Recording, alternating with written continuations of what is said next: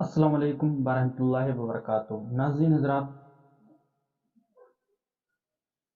تکبر ایک ایسا گناہ ہے کہ تکبر کرنے والا کتنے بھی عمل کر لے، کتنی بھی نیکیاں کر لے، اس کی نیکیاں کوئی عبادت قبول نہیں اگر اس کے دل میں رائی کے دانے کے برابر بھی حسد ہوگا۔ تو یاد رکھیں، یہ حسد ایک ایسی بیماری ہے، تکبر، یہ نیکیوں کو اس طرح سے جلا دیتا ہے جیسے ایک کاغذ کے ٹکڑے میں انسان آگ لگا دیتا ہے اور کاغذ جل جاتا ہے۔ اسی طرح سے حضور فرماتے ہیں کہ تکبر کرنے والے کی نیکیاں اسی طرح سے جلا دی جاتی ہیں۔ تو آپ سمجھ سکتے ہیں یہ تکبر کتنا بڑا گناہ ہے۔ تو آئیے آج ہم تکبر کو لے کر ایک بیان لے کر آئے ہیں جو مولانا شاکر نوری صاحب کا یہ بیان ہے، اور آئیے اس بیان سے ہم آج تکبر کے بارے میں بہت کچھ حاصل کرنے والے ہیں۔ تو اس بیان کو آپ کو پورا سننے کی ضرورت ہے، تو آئیے آپ اس بیان کو ضرور سنیں۔ تو شروع کرتے ہیں بیان مولانا شاکر نوری صاحب کا۔ فتاوی رضویہ شریف کے اندر کتنے علوم کا حاصل کرنا فرض ہے، جب اس کے بارے میں دیکھا گیا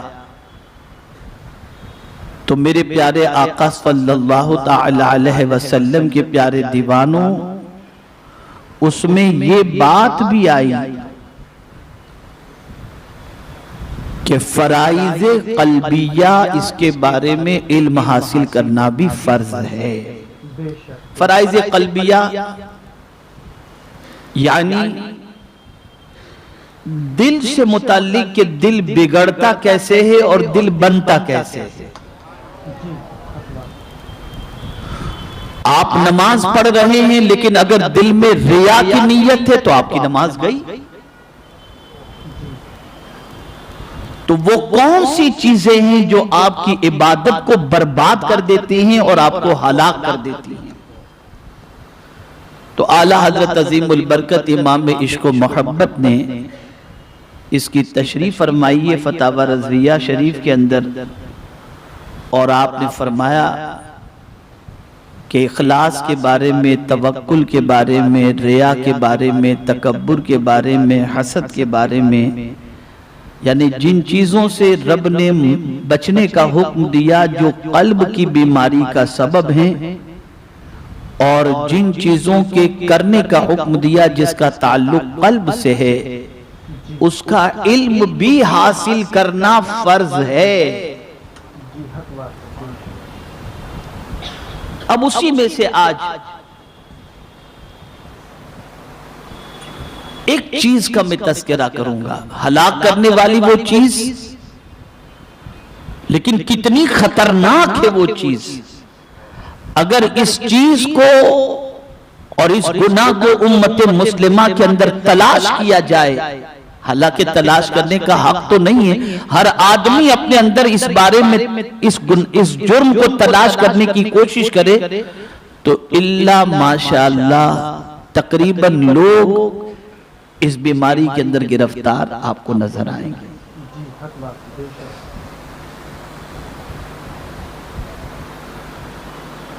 قرآن مقدس میں رب قدیر جل جلالہ نے ارشاد فرمایا وَإِذْ قُلْنَا لِلْمَلَائِكَةِ اسْجُدُوا لِآدَمَ، اور یاد کرو جب ہم نے فرشتوں کو حکم دیا کہ آدم کو سجدہ کرو، فَسَجَدُوا إِلَّا إِبْلِيسَ، تو سب نے سجدہ کیا سوائے ابلیس کے۔ اب ابلیس نے سجدہ کیوں نہیں کیا؟ یہ پہلا جرم جو اس سے سرزد ہوا، اسی جرم کی آج مذمت آپ کے سامنے اور اس کی تباہ کاریاں آپ کے سامنے پیش کروں گا۔ تو قرآن نے یہ کہا کہ جب سب سے سجدے کا حکم دیا گیا، سب کو سجدے کا حکم دیا گیا، تو سب فرشتے سجدے میں چلے گئے الا ابلیس، مگر ابلیس نہیں گیا۔ ابا واستکبر وکان من الکافرین، تو ابلیس منکر ہوا اور غرور کیا، اپنے آپ کو بڑا سمجھا، تکبر کیا۔ اور کافروں میں ہو گیا۔ اب غرور کسے کہتے ہیں، اسے بھی میں قرآن کی روشنی میں سمجھاؤں کہ ابلیس نے جو غرور کیا تھا، جو تکبر کیا تھا، جس کی وجہ سے وہ کافر ہو گیا، عبادت بچا نہ سکا، سجدے بچا نہ سکا، علم بچا نہ سکا۔ اس کے پاس سجدے کی کثرت تھی، اس کے پاس علم کی کثرت تھی، یہ ساری چیزیں اس کے پاس تھیں، لیکن تکبر اس کو لے ڈوبا۔ اب تکبر کسے کہتے ہیں، اسے بھی قرآن کی روشنی میں آپ سمجھ لیں۔ جو شیطان نے کیا تھا اور منع کر کے شیطان نے کیا کہا، انا خیر منہ خلقتنی من نار وخلقتہ من طین۔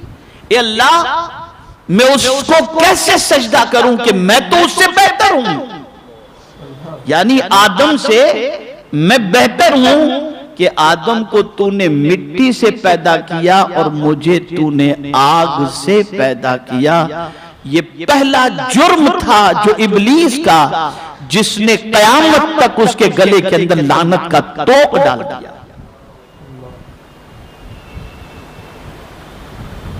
تو تکبر یہ ہے کہ آدمی اپنے آپ کو دوسرے سے بہتر سمجھے اور دوسرے کو حقیر سمجھے۔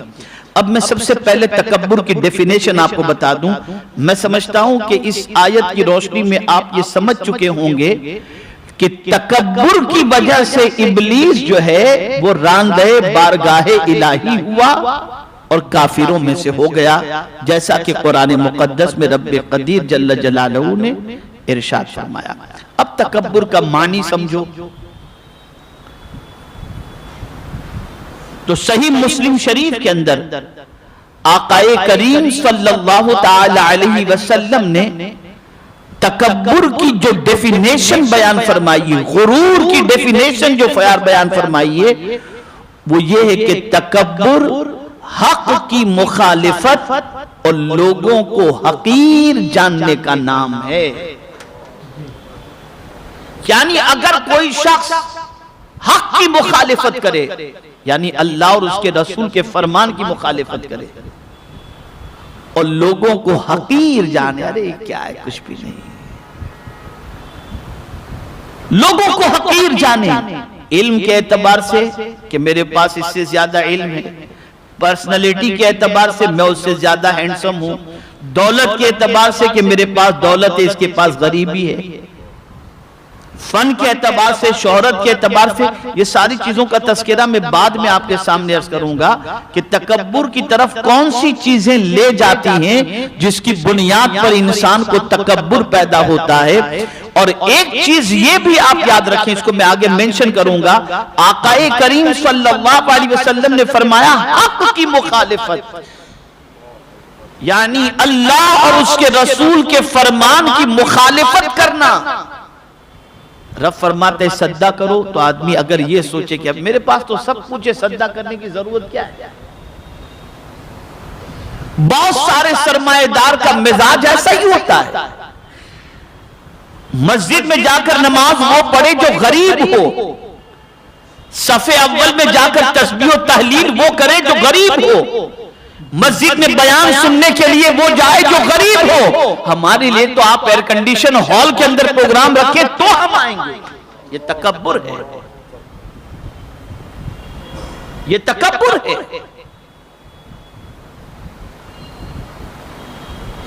رسول گرامی وقار صلی اللہ تعالی علیہ وسلم نے ارشاد فرمایا تکبر حق کی مخالفت اور لوگوں کو حقیر جاننے کا نام ہے۔ اور امام راغب اصفہانی رحمت اللہ تعالی علیہ نے تکبر کی ڈیفینیشن یہ بیان فرمائی کہ تکبر یہ ہے کہ انسان خود کو دوسرے سے بہتر سمجھے، دوسرے سے بہتر سمجھے۔ اور اسی طریقے سے تہذیب الاخلاق میں ابو عثمان نے جو تکبر کی تعریف فرمائی ہے وہ سننے کے لائق ہے اور سمجھنے کے لائق ہے۔ آپ ارشاد فرماتے ہیں کہ تکبر اسے کہتے ہیں کہ خود کو بڑا سمجھنا، اپنے اندر موجود خوبیوں کو اچھا جاننا اور لوگوں کو گھٹیا اور کمتر جاننا اور جس کے آگے تواضع کرنا ضروری ہے اس کے سامنے خود کو بڑا ظاہر کرنا تکبر ہے۔ ماں باپ کے سامنے خود کو کمزور سمجھو، ان کے سامنے بازوؤں کو بچھا کے رکھو، استاد و شیخ کا احترام کرو، بڑوں کا احترام کرو۔ آقا کریم رؤوف الرحیم علیہ التحیۃ والتسلیم نے ارشاد فرمایا من لم یرحم صغیرنا ولم یوقر کبیرنا فلیس منا، جو چھوٹوں پر شفقت نہیں کرتا، بڑوں کا احترام نہیں کرتا، سرکار فرماتے وہ ہمارا ہے ہی نہیں، وہ ہمارا ہے ہی نہیں۔ آپ کو اللہ نے بڑا بنایا ہے، چھوٹوں پر شفقت کریں، اور آپ کو اللہ نے چھوٹا بنایا ہے تو آپ بڑوں کا احترام کریں۔ اگر یہ نہیں کرتے تو سب کے تو ہو سکتے ہیں، مصطفیٰ پیارے کے نہیں ہو سکتے۔